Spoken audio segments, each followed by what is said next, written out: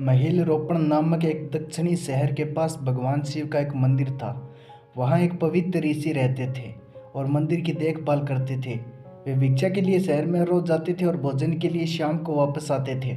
अपनी आवश्यकता से अधिक एकत्र कर लेते थे और बाकी का बर्तन में डालकर गरीब मजदूरों को बांट देते थे, जो बदले में मंदिर की साफ सफाई करते थे और उसे सजावट का काम किया करते थे।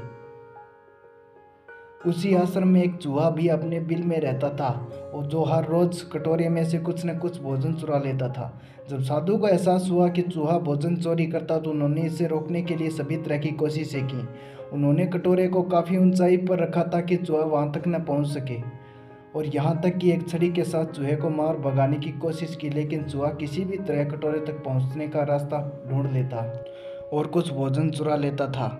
एक दिन एक भिक्षुक मंदिर की यात्रा करने के लिए आए थे, लेकिन साधु का ध्यान तो चूहे को डंडे मारने में था और वे भिक्षुक से मिल भी नहीं पाए। इसे अपना अपमान समझकर भिक्षुक क्रोधित होकर बोले, आपके आश्रम में फिर कभी नहीं आऊँगा, क्योंकि लगता है मुझसे बात करने के अलावा आपको अन्य काम ज़्यादा महत्वपूर्ण लग रहा है। साधु विनम्रतापूर्वक चूहे से जुड़ी अपनी परेशानियों के बारे में भिक्षुक को बताते हैं कि कैसे चूहा उसके पास से भोजन किसी न किसी तरह से चुरा ही लेता है। यह चूहा किसी भी बिल्ली या बंदर को हरा सकता है। अगर बात मेरे कटोरे तक पहुंचती तो मैं हर कोशिश की, लेकिन वो हर बार किसी न किसी तरीके से भोजन चुरा ही लेता है। भिक्षुक ने साधु की परेशानियों को समझा और सलाह दी, चूहे में इतनी शक्ति, आत्मविश्वास और चंचलता के पीछे अवश्य ही कुछ न कुछ कारण है। मुझे यकीन है कि इसने बड़ा सारा भोजन जमा कर रखा होगा और यही कारण है कि चूहा अपने आप को बड़ा महसूस करता है और इसी से उनसे ऊंचा कूदने की शक्ति मिलती है।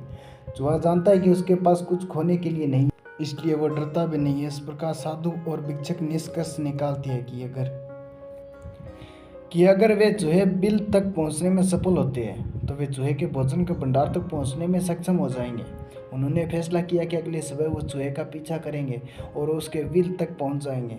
अगली सुबह वो चूहे का पीछा करते और उसके बिल में प्रवेश द्वार तक पहुंच जाते हैं। जब वो खुदाई शुरू करते हैं तो देखते हैं कि चूहे ने अनाज का एक विशाल भंडार बना रखा था। फौरन ही साधु ने सारा चुराया गया भोजन इकट्ठा करके मंदिर में ले आते हैं। वापस आने पर अपना सारा अनाज गायब देख चूहा बहुत दुखी हुआ और उसे इस बात से गहरा झटका लगा कि उसने सारा आत्मविश्वास खो दिया। अब चूहे के पास भोजन का भंडार नहीं था, फिर भी उसने फैसला किया कि वो फिर से रात को कटोरे से कुछ न कुछ चुराएगा। उसने कटोरे तक पहुंचने की काफ़ी कोशिश की, तब वह धड़ाम से नीचे गिर गया और उसे यह एहसास हुआ कि अब न तो उसके पास शक्ति है और न ही आत्मविश्वास। उसी समय साधु ने छड़ी से उस पर हमला किया। किसी न किसी तरह चूहे ने अपनी जान बचाई और भागने में कामयाब रहा। उसके बाद वो उस मंदिर में कभी नहीं आया।